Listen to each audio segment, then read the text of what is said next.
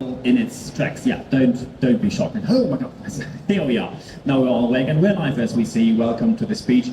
So first of all, I really appreciate that the BCB now even takes external speakers into account. I know this is not very common. However, I know that this topic is becoming increasingly important.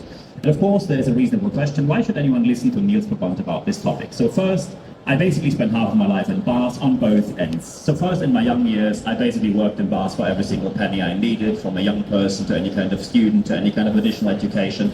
I worked on the receiving end. I was assaulted twice, once on shift, once off shift, where off shift was even the worst moment. And I was assaulted in London and in Paris as well, which was not too nice when I worked as a guest bartender there. Today, I think a reasonably established guest. I lived in Berlin for 5 years. Today I live in Zurich and London. I basically go to a bar every single evening where I can. So I saw the developments of recent years pretty close and very early at this stage, because as you can see, I'm pretty well grounded in science. I looked at, is there any kind of scientific evidence? Because let's face it, there are many opinions out there. Why does this happen? Why do we suddenly face violence in bars? Is this becoming more? Is it just a feeling, or is there any kind of proof that it is becoming more? And of course, picture like this is good. Yeah, you have to do these kind of, oh, there's a speaker gestures, you know. So good. Thank you. Perfect. Thank you very much. Feel free to tag me in there. You see my name there. You see my name on every single slide. First, of course, we have to see, is it a local or is it a global problem? Because many people think, it's especially bad in our city. Maybe it's not as bad as we think in other places. Maybe it's a local problem. Maybe it's a national problem. So I did global research on, is there scientific evidence that actually there is global violence in the hospitality industry? And here the bad news, yes there is. From people biting out cheeks for unpaid bills. In San Diego, someone beating up someone else in a bar. This happens all over the place. This happened with women in bikini attacks man in a hotel lobby. This was in Australia. Someone was just released from jail, going back to the same bar, again being arrested on that night. I mean, that is some sort of flat learning curve. You are arrested at a bar to just be released from jail on bail and go back to the same bar and misbehave again. Congratulations for that kind of learning curve. This even gets worse. People get kicked out, come back next day to only look for the bartender that kicked them out, and then to assault them only as a case of revenge. And we see this happening all over the place. We even have an international hospitality review that's a scientific evidence-based publication that now delivered the proof that there is ongoing violence in this industry. It is not a feeling. It is not part of, maybe it's just me, or maybe we do something wrong. We have a global rise of violence in the hospitality industry. And the question is, what can we do there to prevent that? Of course, we have to look at one thing first. Why does this happen? And very important is, good and bad news here. The good news is, I see that people take more care of this. And it means it gets addressed. You have some sort of very short training in bars or clubs or wherever else. I go to electronic music clubs since I'm 14 years old. Not possible anymore today, but I was hitchhiking to Berlin during the real techno age here, so I know hospitality when everything was still unregulated, and told my parents I was doing football camp during the weekend while I was staying awake from Friday to Monday in Berlin. So why does this happen?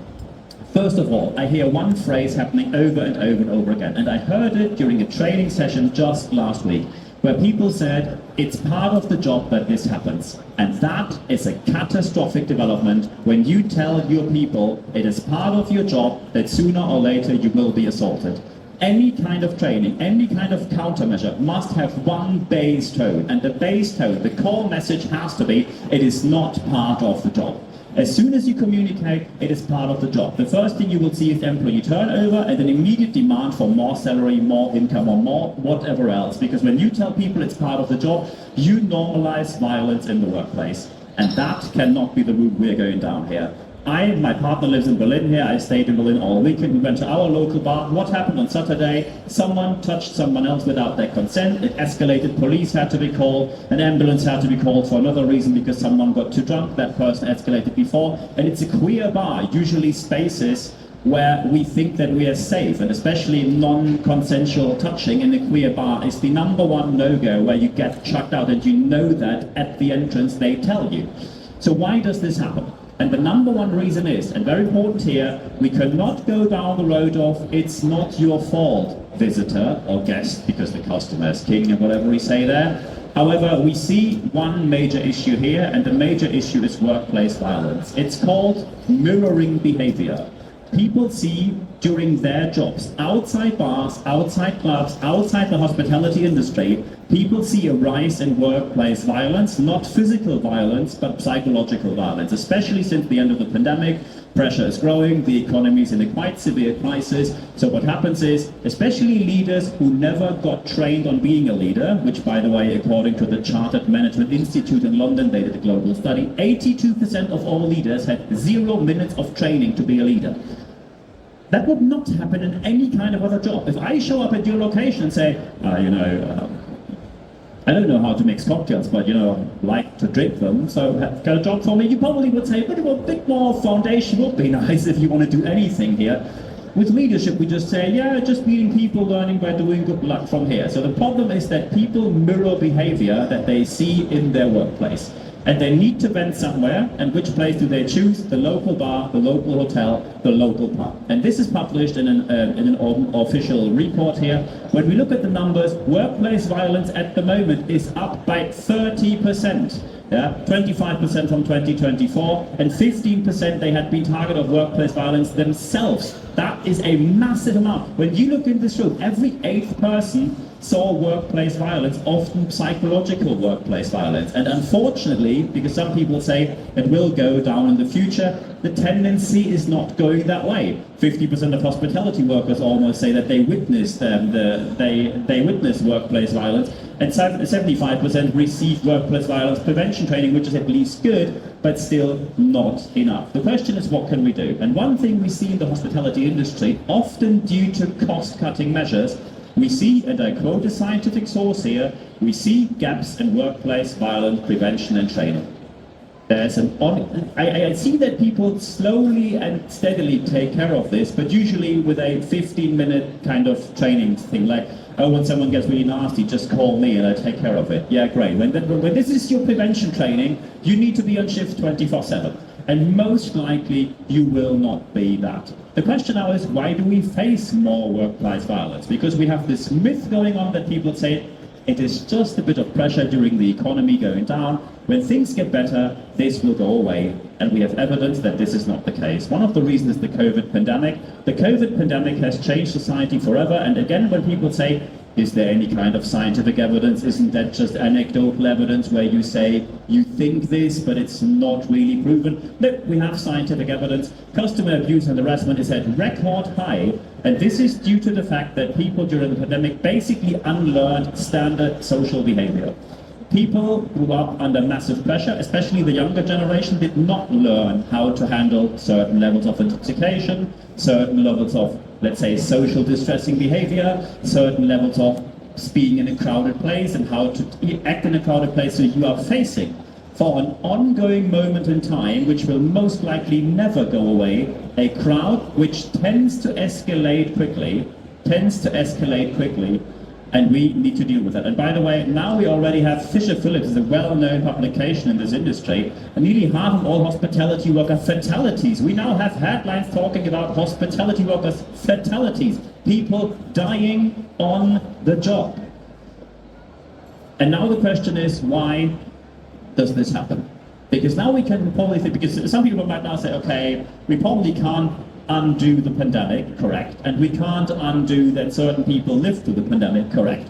So where do we have to start? There are certain steps we can implement. First, of course, we have to go through the root cause, and then we can go into behavior, and behavior is always the point where we can change a lot of things, at least when we really try and got professionally trained. Number one is still, according to police records worldwide, and I checked in every single continent except Antarctica because they're not running bars there yet. But we don't, and I'm actually saying yet because you don't know what any kind of weird billionaire is going to open by next week. So yet we don't have material there. So number one is still intoxication. Intoxication mostly led, by the way, only partially by alcohol consumption.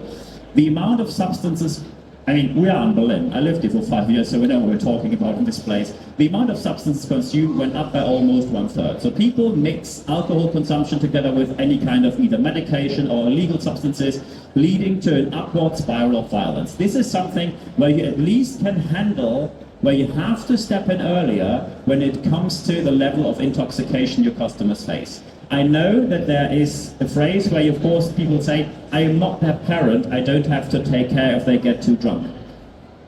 I can see that on the one side, and of course you look at the revenue point, and let's face it, during the last years, the pressure on this industry didn't become any less. Costs are rising, revenue is pretty stable, and that's usually not a great situation. So you're basically looking for any kind of revenue you can make. At the same time, you do not want the cost associated with any kind of consequences by losing staff or getting a reputation of being a difficult place where people can't enjoy themselves. So you need to step in earlier when you see any kind of intoxication happening. From asking, are you okay, can we do anything, up to the point, and that was the point why this Saturday in my local bar escalated, a customer was refused. This customer was obviously tipsy when they entered. 5 double vodka Red Bull accompanies with a very classy drink of Jägerbomb. I'm drinking this as well, so I'm not any different. I just hope I'm not that difficult as a customer. But 5 double vodka Red Bull with 5 Jägerbombs later, the bartender said, I think you're good enough. I think you are at the point where I think you're good to go home. And that last phrase was the issue, unfortunately. You can tell people, I'm serving you anything but not alcohol, but as soon as you tell them it's time for you to go home, that unfortunately is called a microaggression. And that was the point where the person kicked off. Refused to serve people. So one barkeeper actually this morning told me what they do is they give people vodka Red Bull, but without the vodka. They just serve Red Bull because these people are so drunk they don't get it anyway. That's one way how to deal with it. Legally, that's fraud. So when you charge them for a vodka Red Bull, but you serve Red Bull, I mean, you put the profit margin up, but it's nothing you can do legally. So I cannot legally advise you to do it. However, have I done it as a barkeeper? Possibly. Maybe you know these moments where you just say, your choice, you're not getting any alcohol anymore. I'm getting it. I'm not that old, but thank you, whoever did that. So thank you very much. So intoxication is number one. Number two is post-COVID. So as we talked about, that is something we cannot change here. But the main issue I often see, and I unfortunately also see it in places where I go to when I'm in Berlin or when I'm in London or when I'm in Zurich, and especially in Zurich, we have a quite toxic attitude in Switzerland about this. A totally false customer is king attitude. You accept misbehavior for a way too long time. I'm not going to expose the bar here, but I was in a bar in Schöneberg, which is a queer place to be. And a customer to a female barkeeper made comments which, in my opinion, crossed the lines at least 5 times. Only when I heard it. No one stepped in. Shift leader was there, smiling things away, doing absolutely nothing. And of course, when you don't do anything, people start to get tipsy and drunk and start to have certain expectations towards how the night might end. And of course, when these expectations aren't met, they may or may not be that nice. You have to step in early as soon as this false customer is king attitude starts to happen. And it often happens together with the next aspect, and the aspect is understaffing.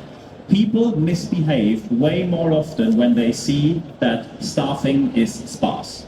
When they see, and of course sometimes you of course say, hey, overstaffing is really nothing we can do at the moment because cost pressure is just way too high. We just, at one of my locals in London, had the amazing moment where someone complained about the license, which in the UK immediately it means that you can lose your license.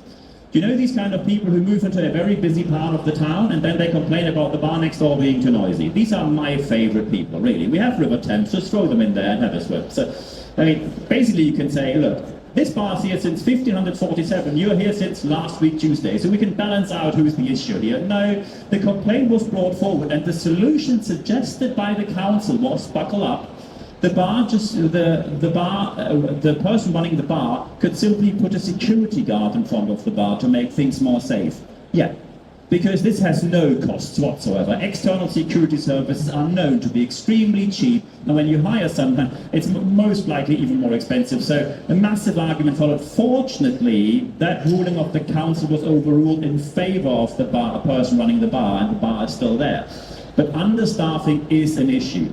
Understaffing is an issue. As soon as people see someone is there on their own, they start to misbehave way quicker, way earlier, and escalate more. Especially when they consider the person a person which is, let's just say, physically not up to what they think they could fight. So be aware that understaffing is an ongoing security issue, often accompanying with inexperience, which means people have not been professionally trained on de-escalation. When you think that, probably because you have decades of experience in this industry, when I had my first shift and I for the very first time faced an angry customer, I had absolutely no idea what to do. I just did whatever the person wanted, and the person apologized with a massive tip, so I just took it, and fortunately nothing happened. However, did I feel comfortable? No. Had I kept that job, if I didn't need the money, probably not. If I had any kind of other options, I probably had said, look, that was my share of the hospitality industry and I just think this is not for me. Thank you very much and goodbye. So be sure that you train your people properly. Because there is one aspect, unfortunately, which I have to mention, because it is not going to go away, and that is the pressure that will get to people on a social and economic level. I can tell you, and I lived in Berlin here from 2009 to 2014. When I lived here, it was not cool to live in Berlin. Anyone, especially when I said I want to move to East Berlin, Prenzlauer Berg, anyone said, are you completely bonkers? So when I visited the flat which I rented for the whole 5 years, this flat, 3 people visited for the day of the viewing, 2 students and me. So I got the agreement on site. I got 2 months free rent and they paid me 250 euros to move in. I paid 155 euros for 42 square meters. That was Berlin in 2009, ladies and gentlemen, and anyone else. So that is a long time ago. Today, the pressure people have, especially financially and especially in metropolitan areas, is insane. I remember vividly that when I moved to Berlin, going out was not a financially relevant factor. Not a single moment of my life did I have to think, can I afford to go out, yes or no? Because you know going out is cheap, rent is cheap, everything's fine. Most people in Berlin who move here, especially in today's times, usually have about 50% of their income taken away by the rent. When you were very lucky and you got one of these cooperatives, Genossenschaftswohnungen cooperatives, and then you usually have around still 30% of your income. So many people get more angry because they feel the pressure and they feel helpless in the situation, which is no excuse. We cannot go down the road if it's not their fault. However, we have to face the situation that socio-economic pressure will go up during the next couple of years. Potentially in Berlin it will be a bit less depending on how the next elections end. When you look at the evaluations and polls at the moment, it looks like that the government that you have at the moment is not going to be the next government you have. And that probably will be good for the club atmosphere and for the safety of clubs especially. However, it will still put people under financial pressure for the foreseeable future. So you need to train your people professionally. The question is how? So when you now say, okay, is it really possible that someone is angry and I can somehow calm them down? Is there any way that I can have an angry person and I can actually calm them down? Yes, you can. So first, of course, there's scientific evidence. Scientific evidence is very clearly you can have massive impact by behavior. However, this behavior needs to be professional. And there's a very simple rule number 1. And the rule number 1 is keep your voice down. The number 1 escalator, as soon as anything escalates in a bar, you need to keep your voice low. And this sounds extremely easy when we sit here in this room. And believe me, in the moment where things happen, it is not easy at all. There's a massive difference because I saw the owner of the bar where I was on Saturday. That's Marienhof in Prenzlauer Berg. It's one of these Wohnzimmer bars, which translates to living room bars, quite relaxed vibe. I'm usually the person sitting in quite relaxed bars. And as soon as this person got really aggressive, the barkeeper and the owner of this bar got more calm and more calm and more calm every single second. And that was the reason why at least it didn't escalate more than it needed to be. I mean, this person was definitely looking for trouble, so it ended as it needed to end then. If someone is looking for trouble, there is an escalation at the end of the ladder. However, keeping your voice low is always step number 1. As soon as you raise your voice in any kind of way, may it be as justifiable as you think, it is always an escalator to the situation. In addition to that, very important also about the voices, some certain things can be solved subtly. I give you an example which happened in one of my locals in London. I was sitting there together with friends, and it was very obvious that the 2 people next to us were talking about domestic violence, and not in a negative way. They were talking about domestic violence and how they think their partner deserved due to their behavior, whatever they did there. And of course, the question now is, should you step in, yes or no? So first, of course, I ask a lawyer, can you legally step in, or could you get in trouble when you listen to other people's behaviors? And first, you're safe on the legal side. As soon as people talk about criminal behavior, you can say that at any point in time. That same applies to any kind of racism, discrimination, whatnot. And suddenly, the bartender appeared simply with a bill and said, I think it's time for you to pay. And both of the people immediately got the message. They both knew, people just heard what we said here, and if we now cause any kind of issue, we are going to be in deep trouble, because someone will then probably say with a bit of a louder voice, we do not appreciate when you talk about beating your wife up at home, so do you prefer to pay now, or should we escalate this to Met Police? And you don't want to have Met Police around with domestic violence. So they paid and they left. Keep your voice low and try to solve things as silently as possible in step number one. The reason why this worked is people showed, I don't want to say empathy in that situation, because there is no empathy for domestic violence, obviously, but you showed empathy towards the people around you. You do not want to blame anyone in public, because that's an escalator, and you also showed active listening. People cannot use hospitality venues to vent about any kind of thing they do not like. From saying the whole world turns to woke, about what they think no one should care about, I think I could say that, I could say it back in the past, or whatever racist nonsense comes afterwards. Nothing smart was ever being said when the word woke was used as a pejorative. So as soon as you step in there, you will very quickly also gain a reputation, which happened in the LGBT community in London with that bar, that this is a place where people actually can enjoy themselves and no intolerant behavior will be tolerated.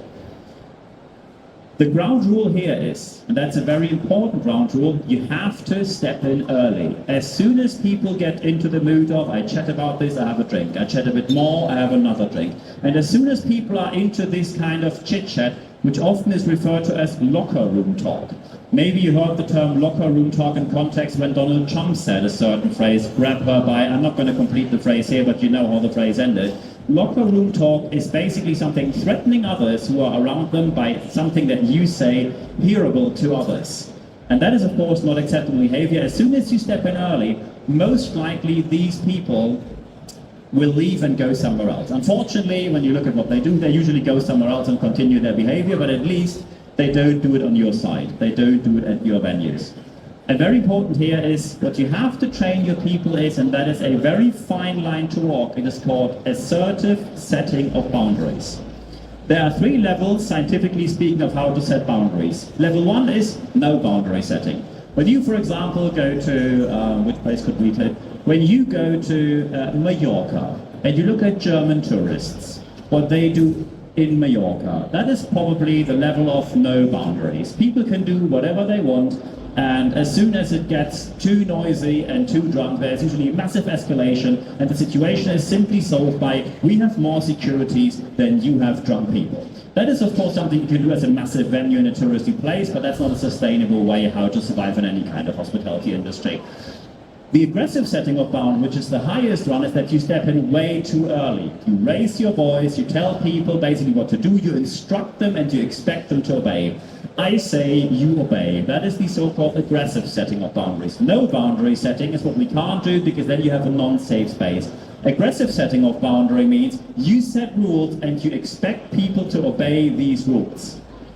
In certain locations, you might have certain rules where people immediately obey, but usually they don't do that. What you need to do is the assertive setting of boundaries, that people, as soon as you step in, realize, when I have a go against what you do right now, I am the unreasonable person. People need to know that their behavior becomes unreasonable compared to what you just asked. So when you suddenly say, look, here's the bill, I think it's time for you to pay, and they get the message this is the easy way out here without getting publicly embarrassed, they will most likely pick up that. At least the people who are of a certain sane mind are. Very important that all of these rules teach people to keep a safe distance. Never go anywhere below the arm's length. That is also a psychological factor. As soon as you go below arm's length, people show immediately aggressive behavior. And by the way, no one is any different to that, except when you are very well trained. I've been a professional football referee, Fußball, soccer, not American football. When you are a football referee and you start to get too close to players, which I got once. And the reaction was, the player spat in my face, which is of course not what they should do. Of course I sent them off.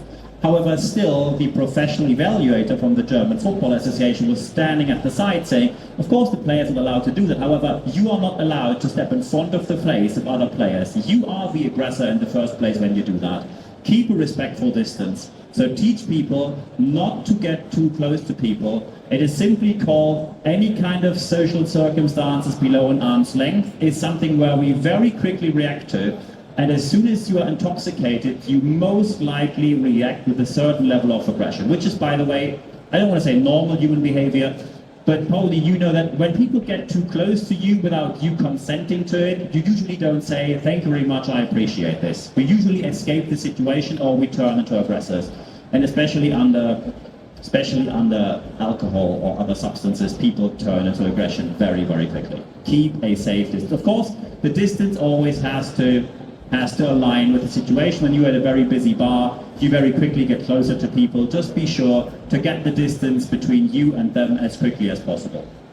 The next one is you have to pick up very early verbal and non-verbal cues. Verbal and non-verbal cues, let's face it, especially when you have experience in the industry, you realize way earlier than people, for example, drinking. You realize way earlier when people are on the way of getting too drunk. When they order at a high frequency, when I order hard alcohol at a high frequency, you see this road paved to escalation way earlier. And unfortunately, due to economic pressures on hospitality venues, very quickly people say, should I step in? It's a good customer after all. And then, my favorite one, they give good tips. They are tipping well. Oh, is tipping now the free ticket for misconduct? I didn't know that. One of my friends, who's a very good friend despite he's being an investment banker, nice bloke except being an investment banker, but he's a nice bloke in London. He once misbehaved at a local, he just got too nice, serve me first, I'm tipping you, and he got chucked out immediately. Because at Heaven, an LGBTQIA plus community space in London, we simply have a rule that when anyone thinks that tipping is the road to misconduct, you have one night out. Very simple. You pay, you leave, and you can come back next day. When you do it repeatedly, you will get banned for a certain time. By the way, immediately next day he got there. First, of course, he paid the bill, which he forgot that night because he was chucked out without paying. And he apologized, which of course then cleared the whole situation. We all have bad days, ticked off the box, fun. But you have to jump in early and always offer people a solution in dignity. Always offer the solution in dignity. The last option is to call security. The last option is to call the police. The last option is to make a public scene out of that, or to pin people to the table, or whatever else you can do to get them out. Always offer them a solution in dignity that you say, look, pay the bill, leave the place, and we're not going to see yourself again. Because unfortunately, and that is something which goes viral around the world, as soon as there's any kind of escalation hospitality venues, unfortunately, council, public officials tend to have a go at the bar, at the hospitality place, and saying the place is the problem, not the customer is the problem. As soon as in London you have police turning up and someone files a complaint with the council, you're in deep, deep trouble because the council picks it up immediately and you have to justify what happened. So you have the paperwork. After you solve the situation, your license is at risk. And we are getting in that direction in Germany, unfortunately, as well, because very quickly people who do not want to have the bar next in their neighborhood, as soon as they see any kind of police car, they start to call local authorities saying, that's a place which is causing trouble. Could you please check if they are doing right or not? And that is, of course, something we do not want to have. So offer solution and dignity that people, sometimes you have to let people off the hook where you think we really should follow up a bit more, but we just do it to have peace of mind and anyone has a good night. And sometimes, unfortunately, we have to go down that road where you simply say, look, you're not getting served anymore, go home, and you really think, with the comments you just made, we really should follow up legally, but just go home, and then you let them off the hook. Be sure, by the way, to take care of your staff, because as soon as people see that teamwork and backup is available, as soon as people see that, people stay longer in their jobs. When people see that suddenly their shift lead or the owner of the place start to go for, it's part of the job, don't be so soft, we have to deal with this, this is just part of how life is at the moment. As soon as you say anything like that, you either offer amazing pay, or someone who really wants to work in the industry because they're obsessed with it, or people will very quickly go for a different job. I mean, we all went through the situation, any local I go to, after the pandemic, many people left hospitality and they stayed in their other jobs. They didn't come back to hospitality because they said, I just saw that this is less stressful and same pay, so I just keep this one now. Be sure that teamwork and backup is available at all times, and that means training and, very important, policy must be in place. You need to have certain rules, because let's face it, when two people have a chat here and they are making racist remarks, when I am not professionally trained on should I step in or not, I don't know what to do, especially when I'm employed, I may be on a mini job, I need the money, and I don't want to cause any trouble. You need to have a policy where people know this is the moment where you step in, this is the measures we have in place, this is what you can do on your own, and this is the moment where you call me, get back up, call police. Rules need to be in place. Because people often, and that is something which I heard from barkeepers in Berlin as well, they sometimes do not call the police because they fear that when the police sends a bill towards the owner of the bar, they have to cover the bill for the police, which is 300 euros. So they don't call the police, they go through unsafe situations in fear of 300 euros, which is a situation which no one should face. You should never be in the situation and say, am I physically safe because I can't afford the 300 euros? This is not a situation anyone should face. So you need to have training and policy in place. And by the way, just saying, that's a management's job. That's a management job. The very last resort, if all of these steps failed, if every single one of these steps failed, is disengage and remove. Disengage and remove means you simply put them in a situation where you say, okay, you're basically isolated here, and now we call the official situation. You either call either hospital services, rescue services, police, or whatever else, or you have security on site. As soon as you are not ready for a physical escalation, let's face it, I wouldn't be ready for any kind of physical escalation. I'm just not professionally trained for this. When you have professional staff, for example, security, call them, or you have to see that you simply have to call the police. That is always the very, very last option. The very last option is disengage and remove, and then you really disengage. You put them in a place, you call people who professionally remove them, who have the force and the professional training to do so.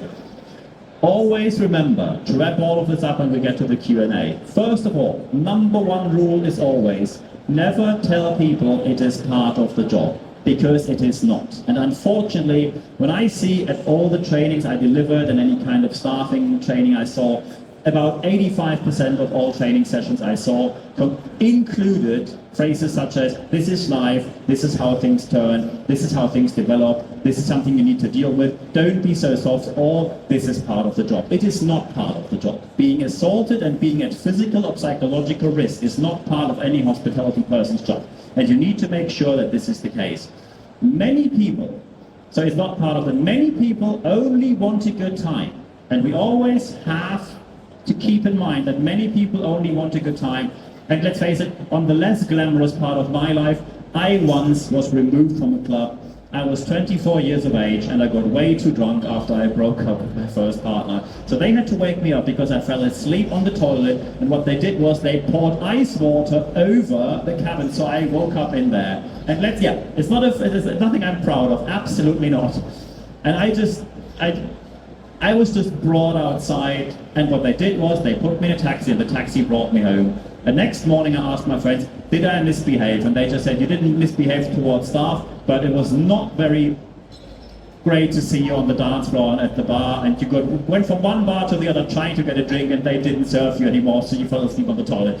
Nothing I am proud of. However, the staff dealt with me professionally, took care of my safety and security, and anyone was safe from here. Anyone is just up for a good time. Sometimes, however, there are people who either do a mistake or people who are just not aware of the circumstances. And now I'm getting back to my friend Murph, the very lovely guy who's an investment banker. We were here for Pride in Berlin. We went to a very well-known bar close to Potsdamer Platz, not my favorite, but he wanted to go there. Out of the blue, on the Pride weekend, he said, at midnight, I'm now going to Berghain. Look, I'm a club person for all of my life, since I'm 14 years old. And within one look, I can tell some people just don't get it. I looked at Murph up and down and said, mate, no chance.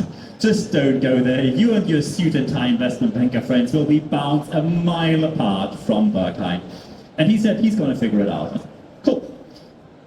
2 hours later, he's back at the bar, so he obviously didn't get in. And ever since, we have the legend. And the legend was that Merv went to Berghain, and of course, the queue on Pride is about 2 miles long.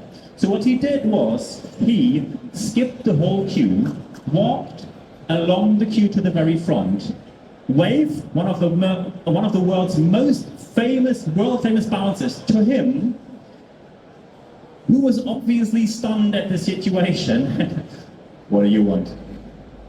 And Merv took out his black Amex and said, word by word, can I skip the queue? We're going to get a couple of good tables and we really order a lot of drinks. We said, mate, when you have no idea what Berghain is, just don't. And what I really loved is, the bouncer took the card, wrote down his name and said, you're banned for a year from now. Hausverbot. That's exactly the right answer you have for these people. So, because some people are just not a fit for the venue, for the moment, or they simply did a mistake in that moment. However, we deal with them in dignity. We offer them a solution dignity, which they did, because he immediately could have, look, there's a guy with a black Amex who just wants to skip. One other friend, I went to a club, which some people might know is About Blank. And one of my other friends, who also has one, I don't know why people get these black Amexes. I was inside About Blank, partying there to techno music, and he sent me a WhatsApp and said, can you get me in? And said, look, it's About Blank, anyone queues, that's the rule here, be here early or queue. It's equality in Berlin. And he said, here's a black Amex, they have a service to get people in. Okay? So I meet him inside About Blank. He's a really nice guy. I meet him inside About Blank 3 hours later and said, so did they get you in? And they said, yeah, well, Amex called them and then they called him back and said, either you gave us the wrong name of the club or they just told us to fuck right off. And I think that's exactly what they did, because in Berlin these kind of things do not work. Anyone wants to have a good time and we do whatever we can to keep that good time alive. However, sometimes people just are not the right fit for the day, for the moment, or for that situation, and then we deal with them in dignity. Stay safe, have a great convention for today. Thank you very much for your time. Thank you. Thank you. Are there any questions? Anything? Yes, maybe just. Do you really think that dumping ice water on the customer is a good behavior from the side of that? So first, from a legal point of view and a medical point of view, no. Dumping ice on me definitely was not the smartest choice. However, according to eyewitnesses, they really tried absolutely anything, and it was one of these toilet cabins. You simply don't get it. They had basically two options: either get me away in any way, or they have to kick in the door. But as I was sitting there sleeping, that definitely had hurt me more. Pouring ice water over customers is definitely not a great choice. However, I think these kind of toilet cabins are the reasons why today you can open cabins from the outside, which you couldn't do back then. So no, it wasn't great behavior. Yeah. But I think it was a reasonable solution for the state in which I was back then. Excellent. I'm here for the next 15-20 minutes, so feel free to come to me with any kind of question. Have a great convention, then see you around. Thank you. Thank you.